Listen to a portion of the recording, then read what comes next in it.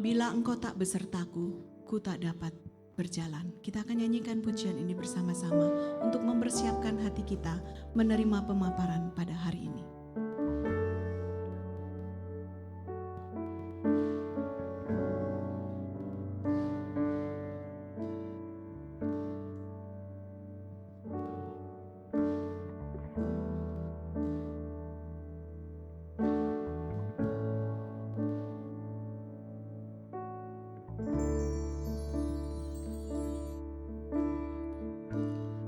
Bila engkau tak besertaku,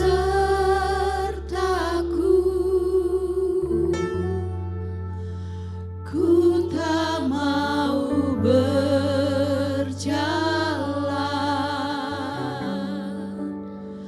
Ku perlu Tuhan, pimpin langkahku dengan kasih karunia. Pimpin langkahku setiap waktu, berjalan dalam Roh-Mu. Nyatakan Tuhan kemuliaan-Mu dan berjalanlah denganku.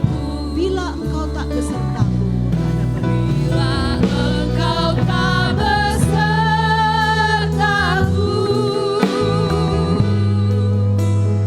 ku tak mau berjalan. Ku perlu Tuhan, pimpin langkahku dengan kasih karunia-Mu. Pimpin langkahku setiap waktu, berjalan dalam Roh-Mu. Nyatakan Tuhan kemuliaan-Mu dan berjalanlah denganku. Sekali lagi, bila engkau tak besertaku, bila engkau tak besertaku,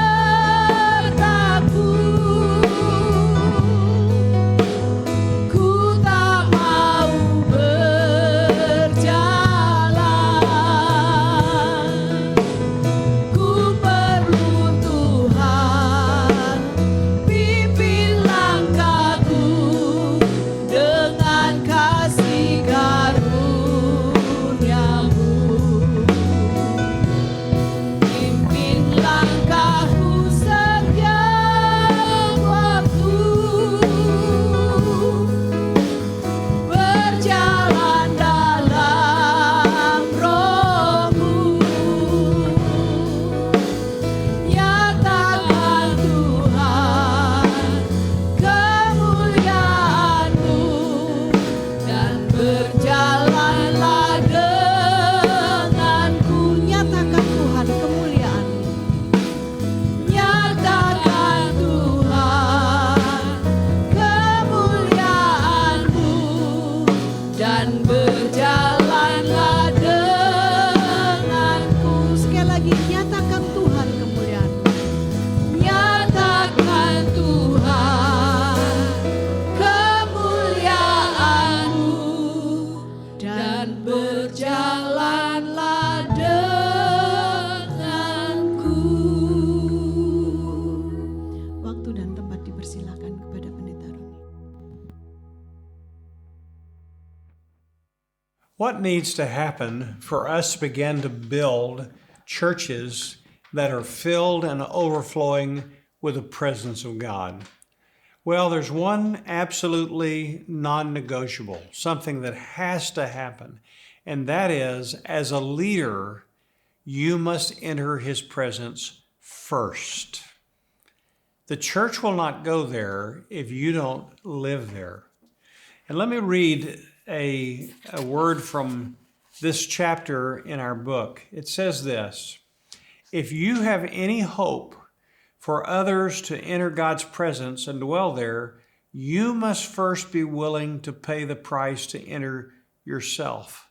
Others may not follow your lead, but they will certainly not go there if you don't.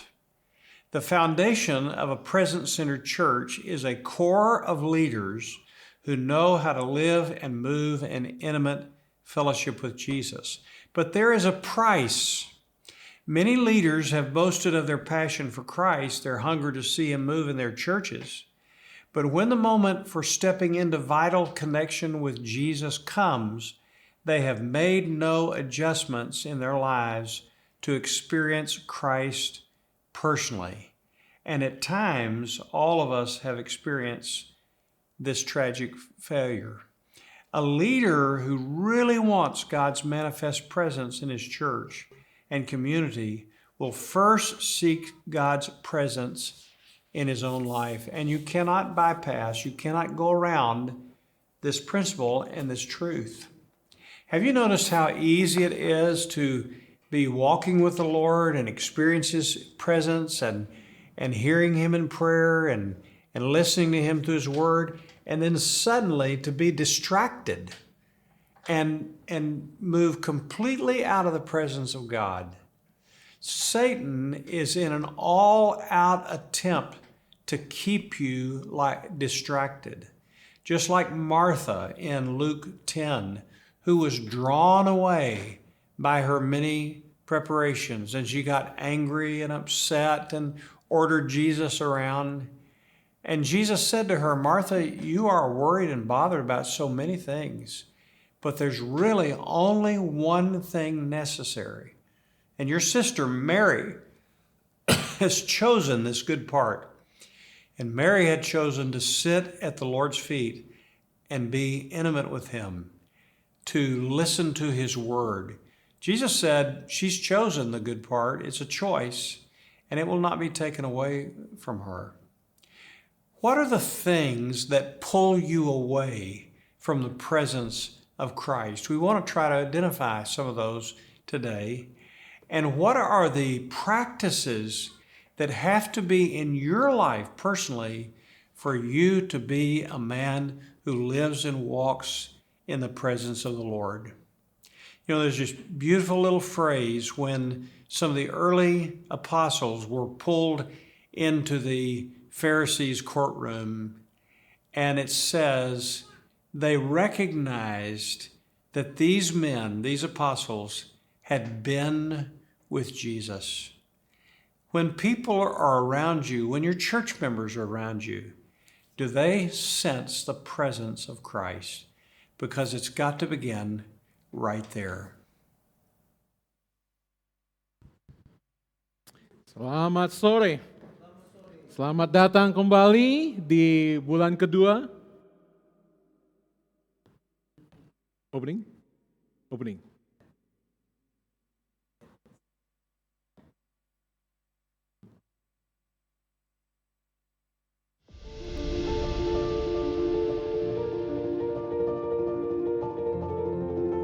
Jika Anda sudah mengetahui letak pintu untuk menuju hadirat Tuhan, apakah Anda ingin masuk ke dalamnya? Apakah Anda ingin dapat merasakan indahnya sebuah gereja, di mana kehadiran Tuhan terasa nyata dan konsisten, serta bukti keberadaannya jelas bagi Anda dan dunia sekitar Anda? Mari rasakan indahnya masuk ke dalam hadirat Tuhan dan menikmati kehadirannya melalui gereja kita.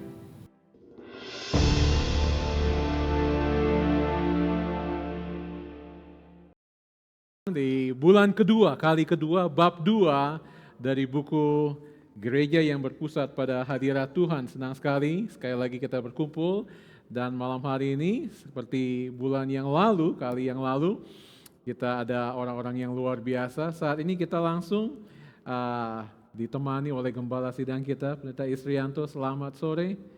Kita senang Pak Is kali ini akan menjadi narasumber utama, dan keduanya juga utama. Dan yang berikutnya adalah Ibu Natania Tindas. Terima kasih ada bersama dengan kita. sore hari ini. Terima kasih kembali. Tuhan memberkati, dan juga pemimpin muda kita Jeremiah Alpha Reynolds.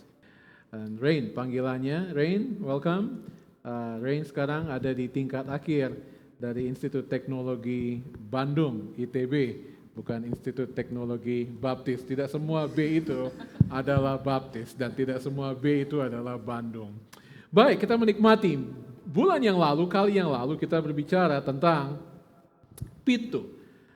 Saya masih ingat Tirsa berkata ada banyak sekali yang harus dibicarakan bulan yang lalu. Tentu saja, sebabnya ada 9 bab lagi yang akan kita bahas. Dan saat ini kita akan masuk ke dalam pintu tersebut. Masuk terlebih dahulu. Apa yang akan kita bicarakan adalah dari bab 2. Yang Anda yang belum membaca buku ini, kami dorong untuk Anda membaca buku ini, menikmati pembacaan buku ini, menikmati firman Tuhan yang dikupas dengan luar biasa, dan menikmati kesaksian-kesaksian hidup, kesaksian-kesaksian doa orang-orang yang berpengalaman dengan Tuhan di dalam doanya. Kita langsung saja pada sore hari ini bertanya kepada Pendeta Isrianto. Pendeta, sebagai gembala sidang, kita masuk ke dalam bab kedua dari perjalanan yang cukup panjang. Sebenarnya dari pengalaman yang hampir 30 tahun di Gereja Baptis Pertama, yang menjadi kerinduan, hasrat dari Pendeta Is sebagai gembala sidang di dalam buku ini, melalui buku ini apa sebenarnya, Pendeta Is?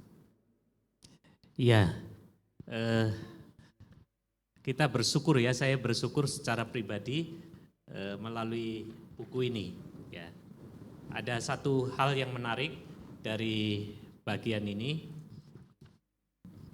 Di halaman 28 Pak Roni. Ya. Jadi saya mengajar tentang kepemimpinan ya, salah satunya dari bukunya Oswald Sanders. Dan kutipan yang menarik dari ayat buku ini di bagian akhir yang dikutip oleh Bill Elif, segala sesuatu di dalam kehidupan kekristenan dan pelayanan kita mengalir dari hubungan kita dengan Tuhan. Dan di halaman 31 itu hal yang menarik juga ya, ini peran ya, bagaimana peran gereja memfasilitasi.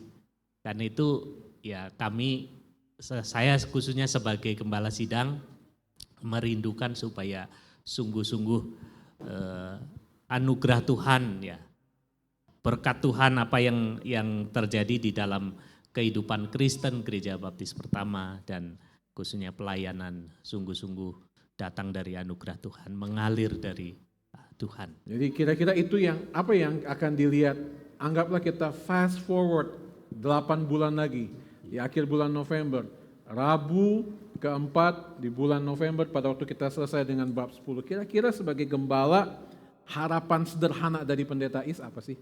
Setelah kita semua melalui proses ini. Iya, pastinya kita merindukan semua jemaat sungguh-sungguh menikmati hadirat Tuhan ya, berpengalaman dengan Tuhan. Dan kami sudah sedang mengupayakan itu, dimulai dari pemimpin-pemimpin, dari perancang ya. Kita mulai mengupayakan, dan itu sebabnya kita mulai dengan gerakan ini ya, sebagai gerakan dari kita para pemimpin, kemudian juga jemaat bisa menikmati hadirat Tuhan sebagai satu hal yang terus dihidupi. Beberapa kali Pendeta Is berkata pemimpin, dan kita mau berpaling kepada pemimpin wanita kita yang sudah 30 tahun di gereja ini, menjadi anggota gereja, 30, 40, 50, nggak mungkin 60 tahun yang pasti. Di Baptis 85, 86. Oke, ini bukan kelas matematika, minta maaf. Jadi ketika menikmati buku ini nggak nih Cinia? Baru setengah bacanya. Baru setengah, sudah setengah buku bacanya, Ya. Luar biasa. Kira-kira kalau mau bertanya tentang bab 2 ini saja, kira-kira bagian yang tentu saja ada banyak saya yakin, tetapi yang ingin dibagikan untuk gereja kita apa bagian, dari mana dari buku ini yang Dari bab 2 ini, Ya. yang buat saya paling menarik itu pergumulan kita setiap harinya adalah seharusnya untuk bayar harga. Bayar harga yang seperti apa? Kalau di buku ini ditulisnya menyediakan waktu yang nggak dihemat-hemat gitu untuk Tuhan, untuk berdoa setiap hari. Jadi secara sadar dan secara konsisten mempersiapkan diri untuk mencari Tuhan, berdoa dan juga berpuasa.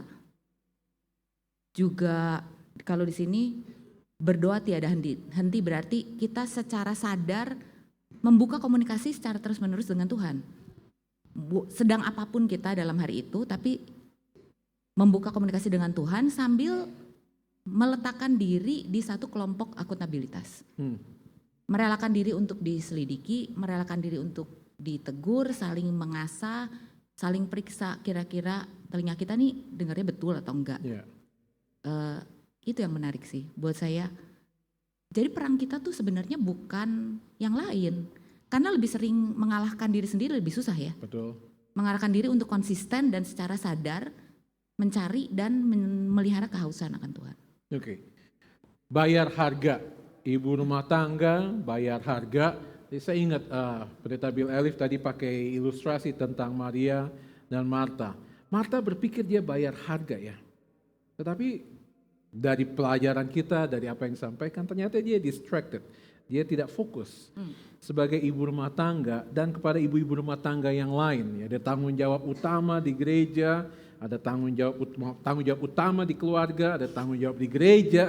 Masa di gereja paling utama, tanggung jawab utama di rumah, tanggung jawab di gereja. Kira-kira yang membuat seringkali kita distracted, terdistraksi, terganggu, tidak fokus kepada tadi yang tadi Cinia sampaikan, apa sih dan bagaimana caranya untuk mengalahkan diri kita sendiri untuk bersama dengan Tuhan. Kalau mau digali lebih jauh, kita merasa bisa atur semua sendiri dan kita merasa semua tergantung pada kita. Kita? Iya, maksudnya ibu rumah tangga ya? Iya, betul. Begitu melek, masak apa? Ini, bagaimana? Kalau kita bapak-bapak begitu melek makan apa? Saya baru tahu ya, begitu ibu-ibu begitu melek masak apa gitu. Oke. Dengan semua jadwal dan sederet, kita pikir itu semua tergantung pada kita kan. Padahal kalau kita bayar harga untuk mencari Tuhan, sebenarnya yang kita dapat jauh lebih dan sama sekali nggak seimbang gitu harga yang kita bayar. Misalnya gini, tadi pagi mau acara ini, Tuhan saya butuh waktu sama Tuhan. Itu pun minta kan sebenarnya. Oke, ya mengusahakan lah ya untuk bisa fokus. Tapi saya sudah tulis di jadwal, hari ini saya harus beli ini, harus ke pasar, harus ini. Karena saya memaksa diri untuk fokus, yang terjadi tadi pagi adalah tukang sayur lewat. Sehingga saya tidak perlu pergi ke pasar. Jadi tukang sayur di rumah saya itu jamnya saya nggak hafal. Karena saya kadang ada di rumah, kadang enggak. Sejarahnya saya nggak hafal. Jadi kadang saya lagi di dapur, lagi kagok, dia lewat. Atau saya lagi di kamar mandi, dia lewat. Kan kita nggak sempat gitu ya, karena dia pakai motor, dia udah lewat. Tapi dengan saya memaksa diri pada Tuhan dan mempercayakan bahwa Tuhan bisa mengatur sisanya, itu saya keluar, barang-barang yang saya perlu ada, barangnya bisa dibeli. Ada hal-hal lain. Jadi nggak perlu ke pasar. Kalau dulu-dulu itu karena saya homeschooling, saya bahkan bisa menyadari kalau saya lagi menyediakan waktu lebih untuk Tuhan atau saya pengen punya waktu lebih dengan Tuhan dan saya minta sama Tuhan, Tuhan bahkan bisa bikin anak-anak lebih cepat mengerti pelajaran, suasana lebih damai, sehingga karena saya mendahulukan Tuhan, hal yang mungkin harusnya 2 jam, 3 jam bisa lebih cepat. Tapi kalau saya tidak mendahulukan Tuhan dan tidak bayar harga dengan oke, tutup pintu, paksakan gitu ya, paksakan untuk fokus, kadang-kadang jadi lebih liar anak-anaknya.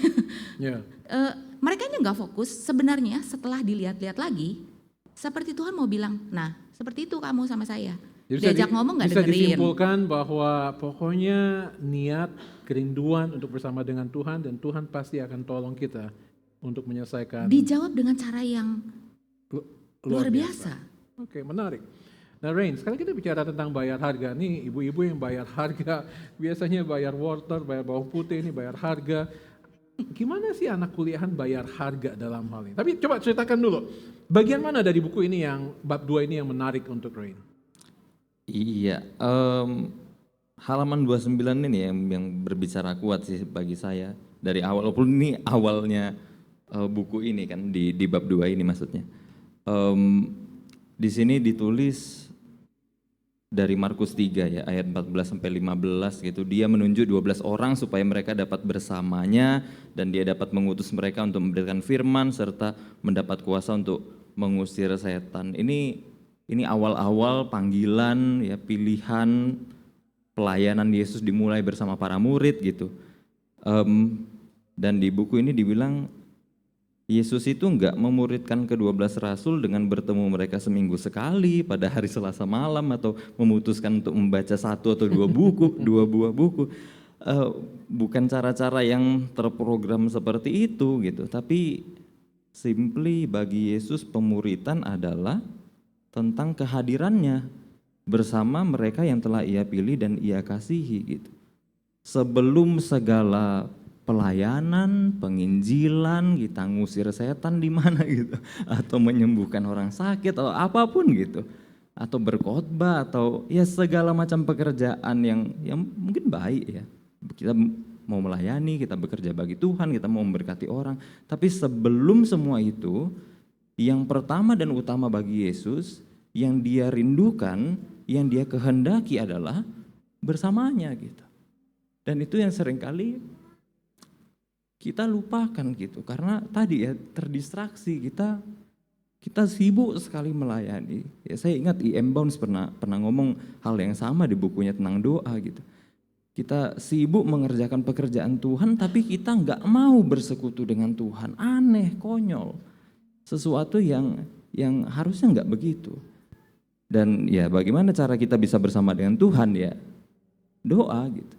Di ayat ini sering kita baca, kita baca. Iya. Ini semua bukan kata bukan kata kerja aktif, bukan kata Pak Is dosen, jadi kata perintah aktif, bukan, tapi dikatakan supaya mereka dapat bersamanya. Tapi oleh Pak Bill Elif di highlight di sini, ditebali. Betul. Jadi ini yang paling penting. Nah, Iya. dengan kesibukan kuliah, ntar lagi mau tulis skripsi. Betul? Iya. Mau tulis astronomi. Astronomi. Luar biasa. Ribet. Ribet ya. Keturunan orang Majus. Keturunan orang Majus. Sebelum acara ini saya barusan bimbingan tugas akhir. Bimbingan tugas akhir semuanya ini. Lalu bagaimana kira-kira ini ya dengan segala sesuatu, kan seringkali yang menjadi gangguan buat saya adalah kalau meminta anak kuliahan melayani di gereja, aduh kasihan sibuk, betul. lagi TA, lagi TB, TBC dan lain sebagainya. Kira-kira gimana caranya supaya in spite of all those things, jadi dari semuanya itu kita bisa fokuskan untuk bersama dengan Yesus. Trik sederhana aja. Iya. Ya saya kira nggak ada cara yang lain ya selain ya kayak tadi, kita berdoa supaya kita bisa berdoa. Kita berdoa supaya kita bisa dapat berdoa. Kita meminta supaya kita dapat berdoa. Kita berdoa supaya kita. Ya, kita bahkan waktu kita masih belum jawab, kita doa terus. Tuhan, aku mau berdoa. Tuhan, aku mau menikmati hadirat-Mu. Tuhan, aku mau bangun pagi-pagi. Ya, ada juga di bab 2 ini ya. Dan Tuhan pasti akan jawab gitu. Tuhan jauh lebih rindu kok ketemu dengan kita daripada kita ketemu dengan Dia. Jadi masa kalau kita minta ya Dia nggak akan jawab. Tuhan jawab sih, Tuhan bangunin tapi kita ini tidur lagi. Sama kayak kemarin film kita nonton kemarin, The Last Supper ya. Tuhan bangunin tapi kita tidur lagi. Tuhan sebenarnya jawab doa kita ya. Sebenarnya sering loh itu. Seringnya bagaimana? Iya, maksudnya sering dibangunkan, sering dijawab, tapi kitanya yang Ya, tidak ada cerita di dalam bagian ini juga kan, Iya. seorang pendoa yang nggak pakai perlu alarm apa semua, tapi Tuhan selalu bangunkan dia tengah malam untuk berdoa. Sebenarnya Tuhan mau, begitu Pak Is. Pak Is mau sampaikan sesuatu. Ya, memang itu tantangan bagi kita khususnya ini, bayar harga. Seringkali justru kitanya yang katanya mau bayar harga seperti Petrus, giliran bayar harga nggak mau bayar, nggak siap bayar harga atau ini. Padahal lebih ke waktu ya. Ya, ini dikasih contoh di sini memang ini sebenarnya lebih ke bagaimana kehidupan Kristen bukan hanya hal yang dasar, tetapi lebih ya, karena ada harga yang harus dibayar. Jadi tentang waktu, tentang hal-hal lain yang kita pikir penting, tadi sudah disinggung ya, jadi saya jadi tersinggung nih. Ya, Karena yang menyinggung harus ada yang tersinggung. Karena biasanya pendeta itu kan pelayanan menjadi utama ya, tetapi kita lupa mengutamakan yang harus dilayani. Jadi maksudnya lebih kepada pekerjaan-pekerjaan pelayanan, ya maksudnya itu sesuatu yang memang menjadi tugas, tetapi seringkali itu juga bisa menyita atau mendistraksi ya, terjadi distraksi karena banyak hal yang ini tuntutan ini, apalagi kalau kita mau menyenangkan semua orang ya, jadi semua harus dilakukan. Wah itu semua harus dikunjungi, semua harus dijawab pertanyaannya. Memang itu Pak Is, WA saya 3 hari belum dibalas begitu ya. Ya, maksudnya itu teguran bagi saya juga ya. Okay. Baik, terima kasih. Kita akan diskusi lagi dan saat ini kita akan masuk dalam diskusi bukan saja antara narasumber dengan bukunya, tetapi kita semua, kita bertiga, saya memandu, ada Pak Is yang mungkin mau bertanya terhadap seorang ibu atau seorang ibu bertanya kepada yang sedang kuliah, anak muda. Mari kita buka diskusi dan teman-teman yang belum membaca buku ini, yang belum menikmati, saya ingin mengatakan yang belum menikmati buku ini, saya sarankan untuk segera hubungi Pak Julius untuk tanya bagaimana bisa mendapatkan. Dan kalau Anda tidak punya uang sama sekali untuk membeli buku ini, silakan hubungi juga gereja karena kita ada berkat untuk mereka yang rindu, sungguh-sungguh rindu untuk membaca. Nah, simpan juga ada sesi pertanyaan nanti di sesi ketiga. Ketika Anda bisa langsung bertanya langsung kepada Rain atau bertanya kepada Cinia atau kepada Pak Is. Jangan pernah bertanya kepada saya karena saya nggak pernah punya jawabannya. Karena saya akan selalu bertanya kembali kepada Anda.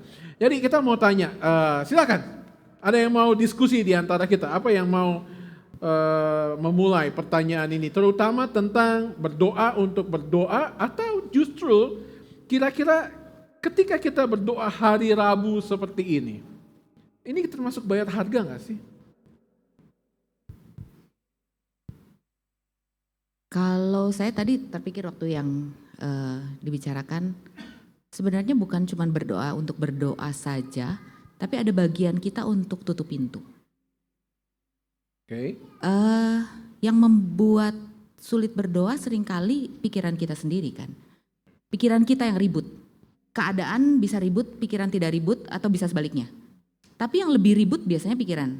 Pikiran, ide, kekhawatiran, harapan, ekspektasi, harus yang kita anggap harus ada di dalam hidup kita.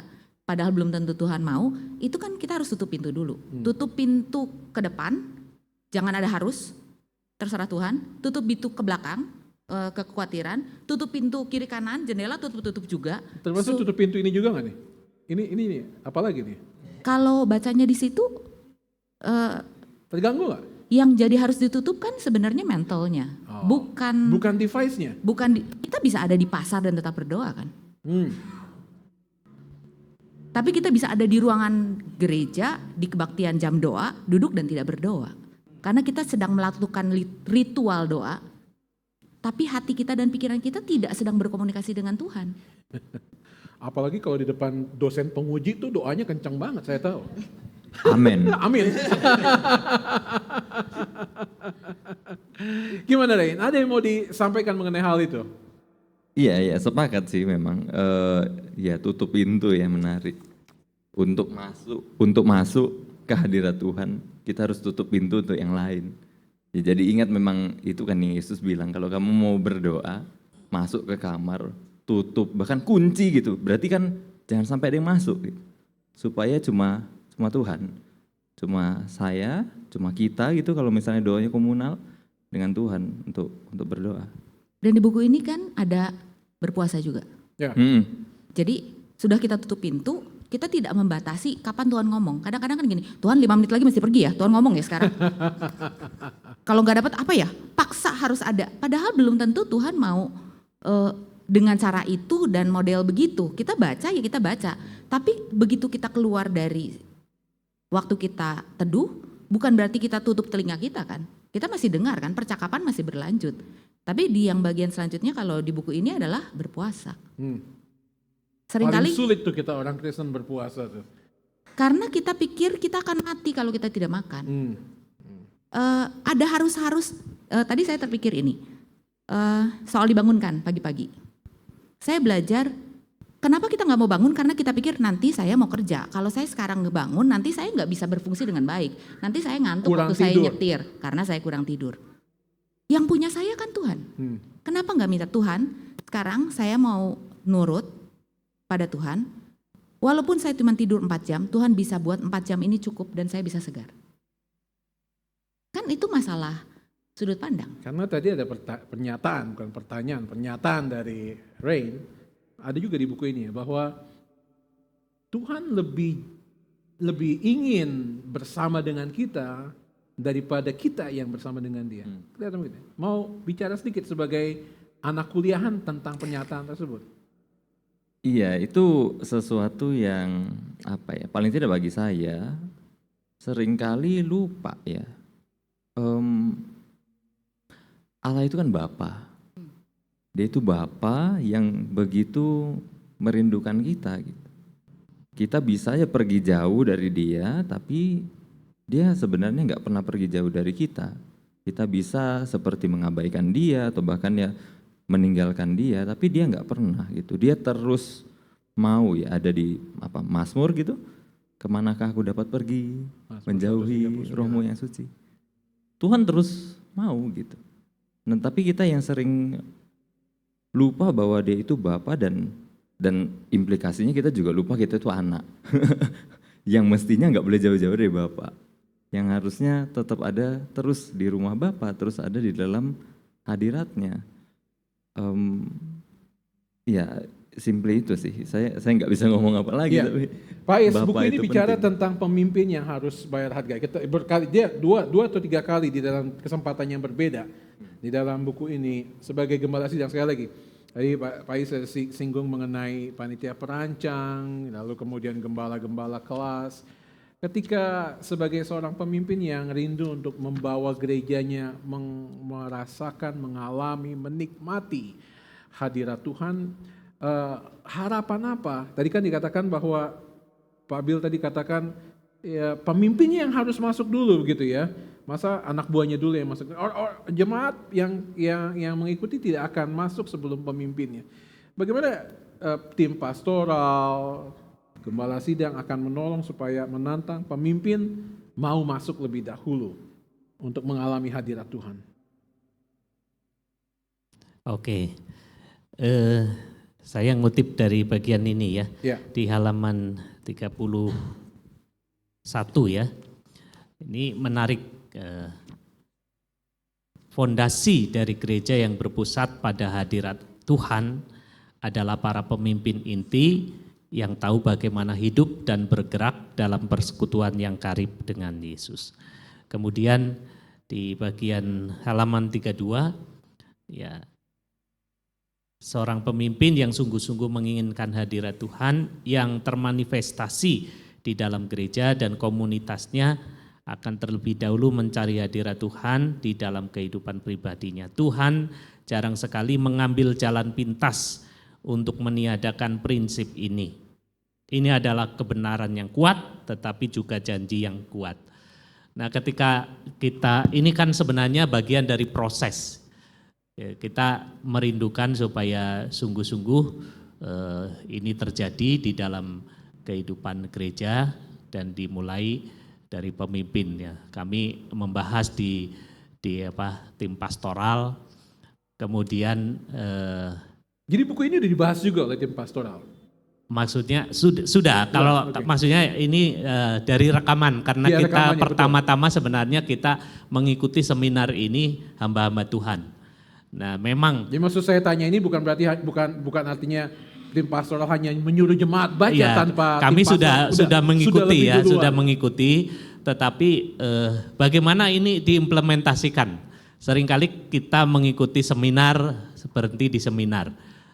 Tapi apakah buku ini bicara tentang seminar? Ini sebenarnya bicara tentang kehidupan gereja dan bagaimana gereja benar-benar hidup didasarkan pada hadirat Tuhan. Jadi kami berdoa, kemudian bagaimana ini mengaitkan dengan tema gereja, activate to transform. Ya, kemudian akhirnya ya salah satu pembahasan perancang juga ya, pada waktu membahas program-program sudah ada kegiatan-kegiatan.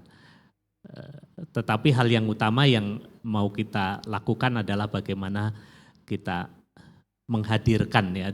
Memang kemarin kita berdiskusi ini temanya apa, pernyataannya yang penting karena Tuhan selalu hadir, Tuhan ada dalam hidup kita. Tetapi bagaimana kita sungguh-sungguh mengalami, merasakan kehadiran Tuhan, hadirat Tuhan. Itu sebabnya dalam implementasi panitia ibadah, kemudian kita merancang bagaimana ini kita dalami, kemudian kita hidupi. Ya. Baik sekali. Ini satu lagi. Jadi salah satu yang menjadi gerakan di pemimpin adalah tentang doa dan puasa. Doa dan puasa. Jadi sebelum rapat perancang kita berdoa, kita berpuasa. Ya, termasuk saya mulai lagi ya.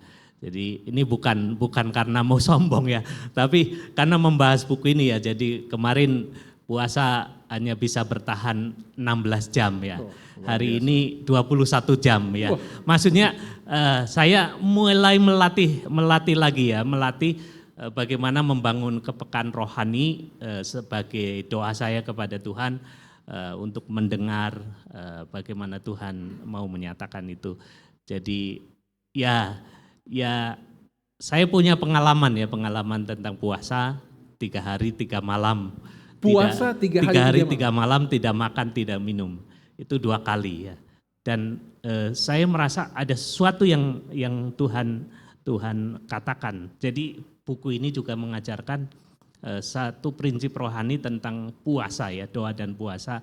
Dan saya yakin ketika membahas bagian yang kedua ini sesuatu yang banyakkan sulit untuk membayar harga untuk itu ya.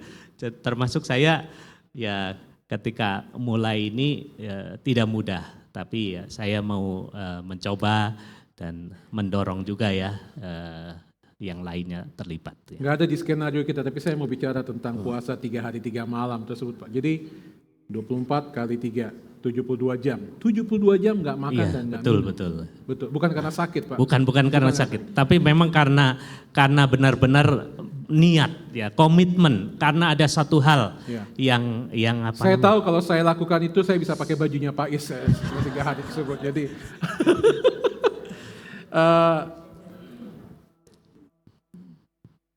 luar biasa.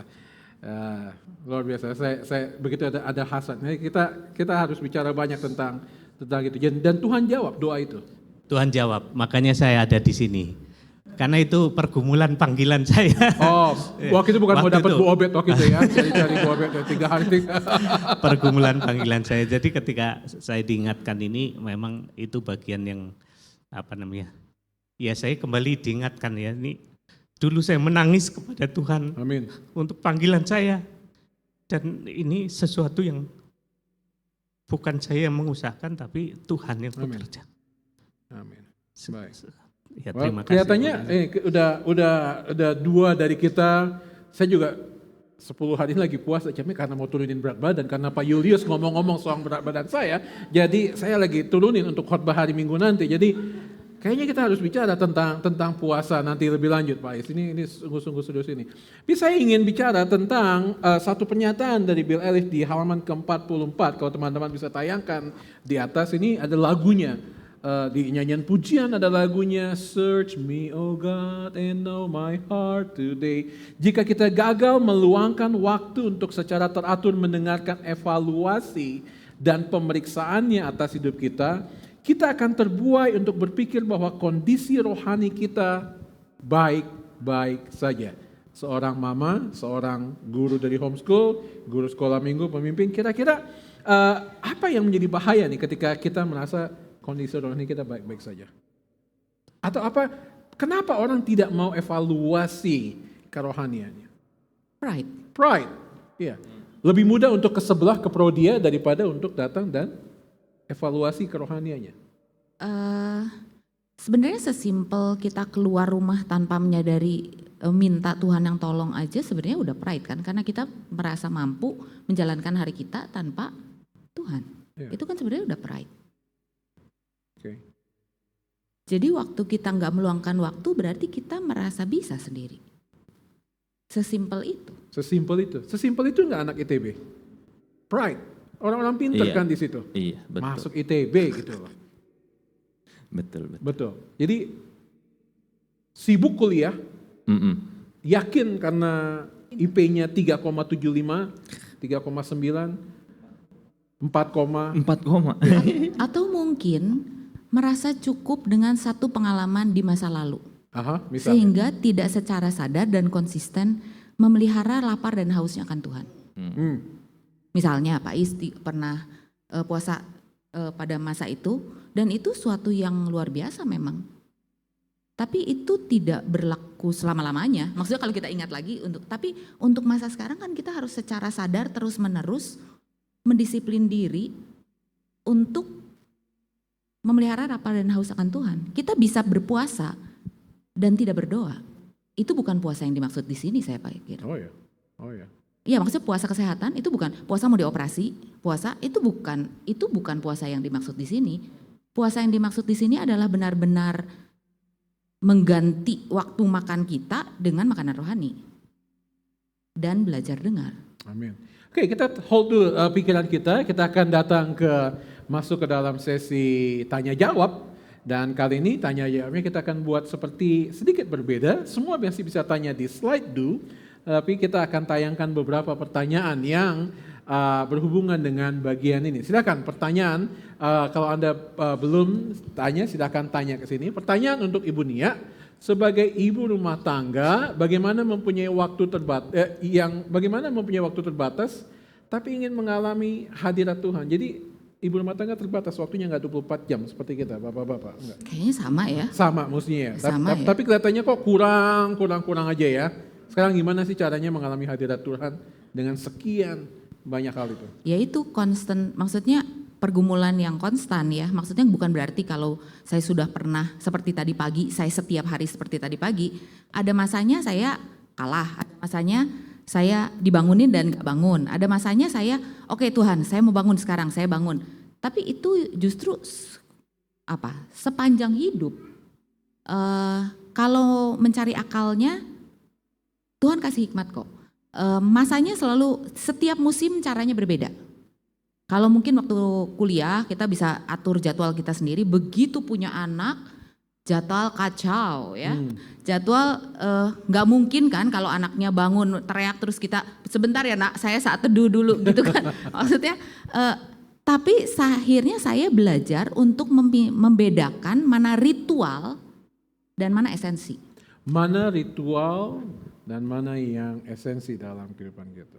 Jadi ada masa di mana saya frustasi dari biasanya karir ya, bukan karir maksudnya beredar selalu sejagat-jagat, harus di rumah cuman nyebokin, mandiin, kasih ASI, nidurin, ulangi.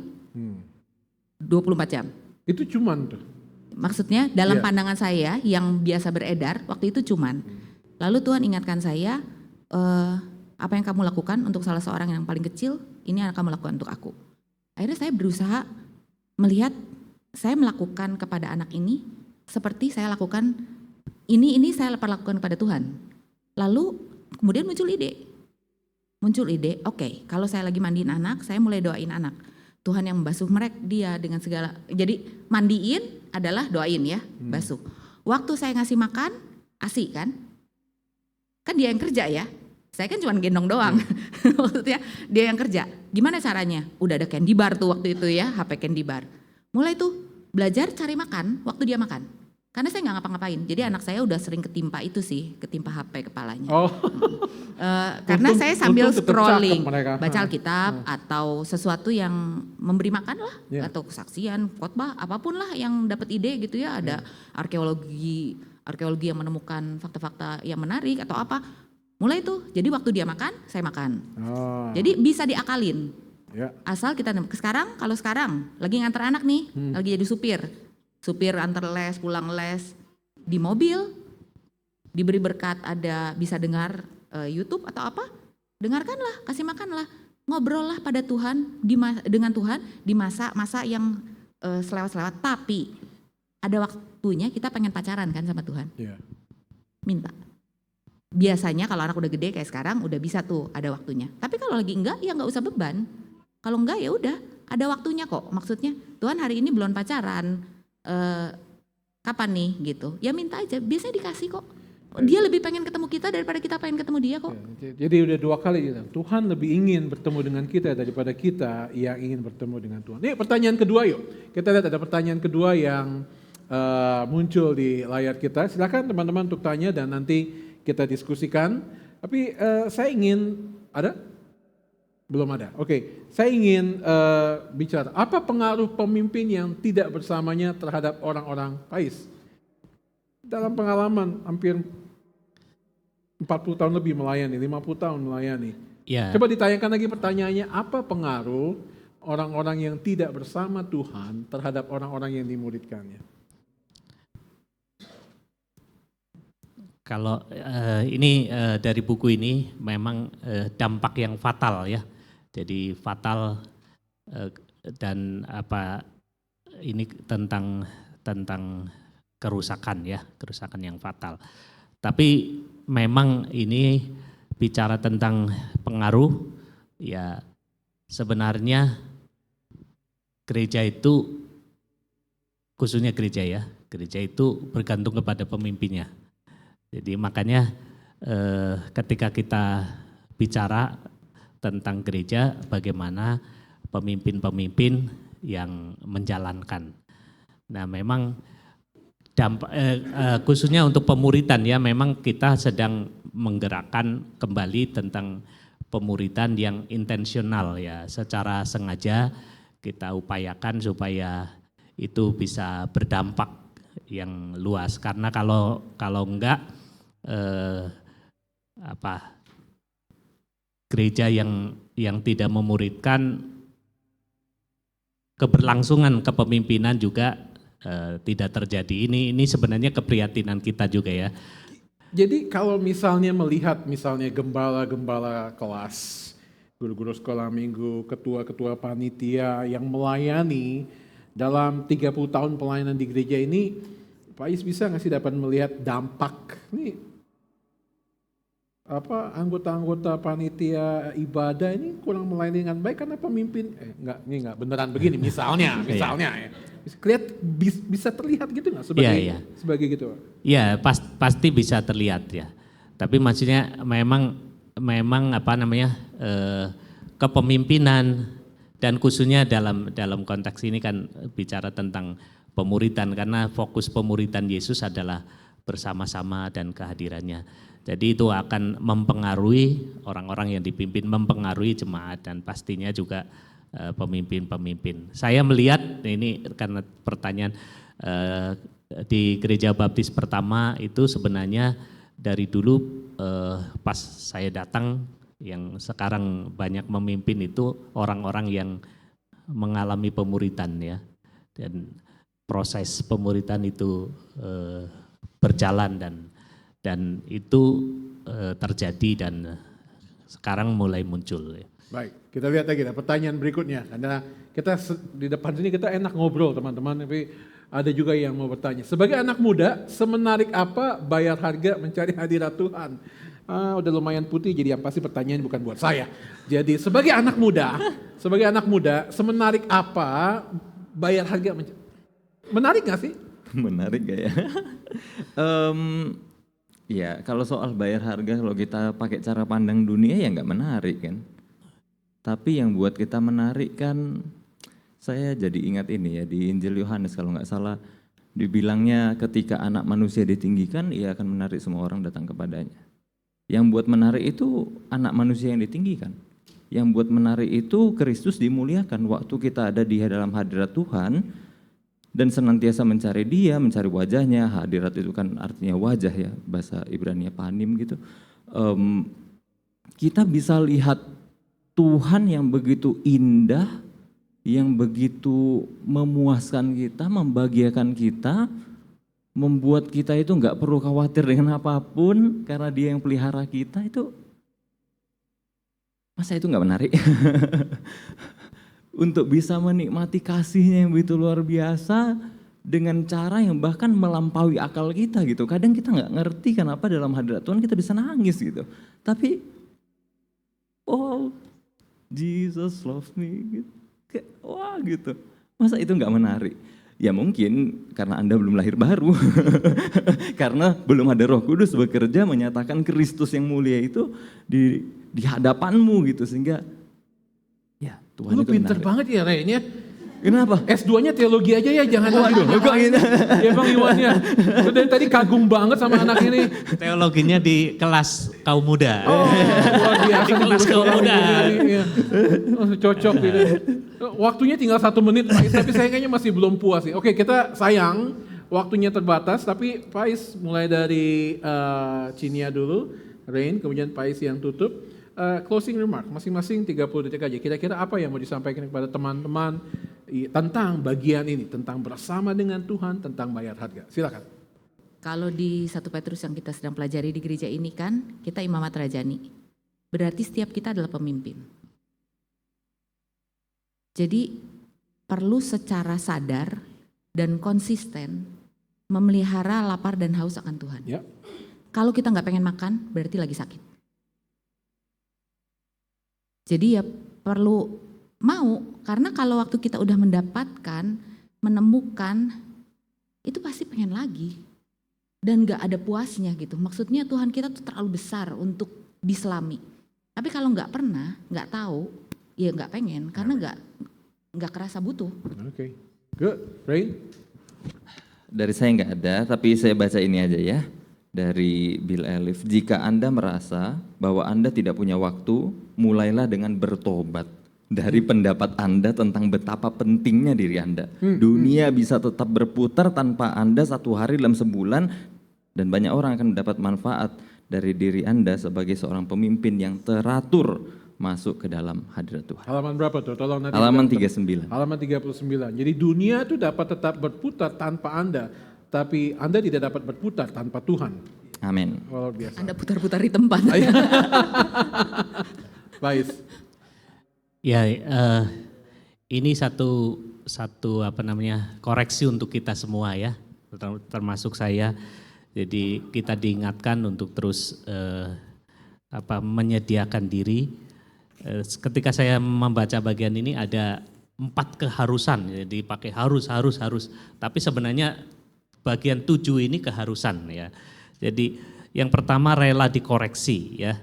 Jadi memang kita mengambil waktu bersama Tuhan, mendengar Tuhan supaya kita banyak dikoreksi karena dari firman Tuhan. Yang kedua bertobat dari setiap dosa atau penghalang ya. Kadang-kadang memang ada penghalang-penghalang. Kemudian membersihkan hati nurani. Ini khususnya hubungan-hubungan yang mungkin menyakiti ya. Kemudian mengizinkan Roh Kudus menyingkapkan dasar hati kita ya sampai ke dasar. Kemudian penyerahan diri secara rohani, meninggalkan dosa dan berpaling kepada Kristus. Yang ketujuh ini membuat penyesuaian. Jadi Tadi dia Phil Elif sebut ya, jadi adjustment, penyesuaian. ya penyesuaian. Sebenarnya ketika kita dikoreksi, kita sadar, tetapi kita tidak menyesuaikan diri dengan maksud Tuhan, ya kembali kepada naturnya yang tidak sesuai dengan yang Tuhan mau. Ya. Oke. Terima kasih. Saya tidak tahu dengan Anda, tetapi saya rasa saya adalah yang paling menikmati, paling diberkati dan menikmati. Dan saya berkata kepada Pak Julius tadi, mungkin kita tidak harus tunggu 8 bulan lagi, 1 bulan sekali, tetapi bikin aja tiap minggu seperti ini supaya cepat selesai dan kita lihat. Tetapi ada satu hal yang saya ingin bagikan untuk teman-teman semua di sini. Nanti Anda catat di halaman ke-47 dari buku ini satu hal yang menarik. Pak Bill Elif ketika mencari orang yang melayani di dalam tim kepemimpinan di gerejanya, ada 3 K yang dia selalu pakai. Karakter, kompetensi, dan ketertarikan dengan para pemimpin yang sudah ada. Tapi kemudian dia tambahkan ada satu lagi K yang ingin dia tambahkan, khususnya dalam tema ini. Dia berkata kultur. Dia berkata untuk disatukan sebagai sebuah tim, para pemimpin harus memahami kultur yang kita usahakan untuk dikembangkan dan bergerak selaras dengan arahan yang kita yakini diberikan oleh Tuhan. Bagi kita, kultur atau kebudayaan itu haruslah mendahulukan hadirat dan kemuliaan Tuhan di atas segalanya.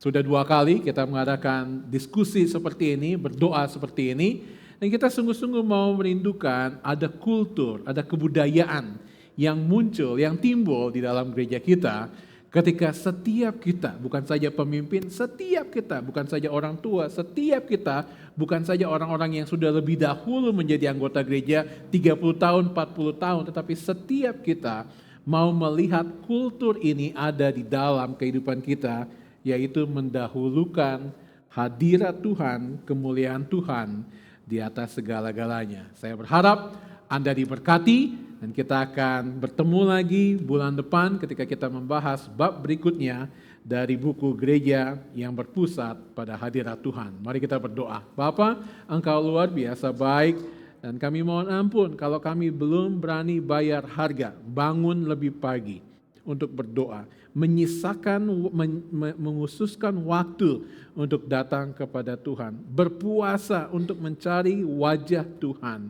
Ampuni kami kalau kami belum berdoa untuk meminta supaya kami dapat berdoa. Ampuni kami kalau kami belum sungguh-sungguh melihat bahwa lebih daripada berkhotbah dengan luar biasa, mengajar dengan penuh kreativitas, melayani dengan sekuat tenaga adalah jauh lebih penting untuk bersama dengan Yesus.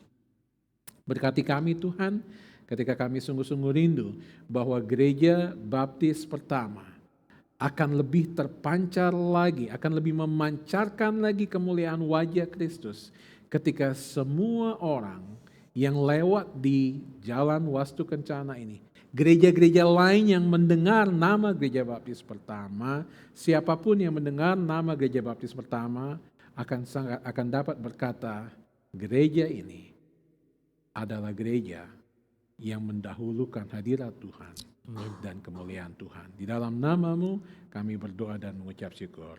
Amin. Tuhan Amin. Yesus memberkati. Amin. Terima kasih sudah bersama kami di The Presence. Kita akan ketemu lagi minggu keempat di bulan April.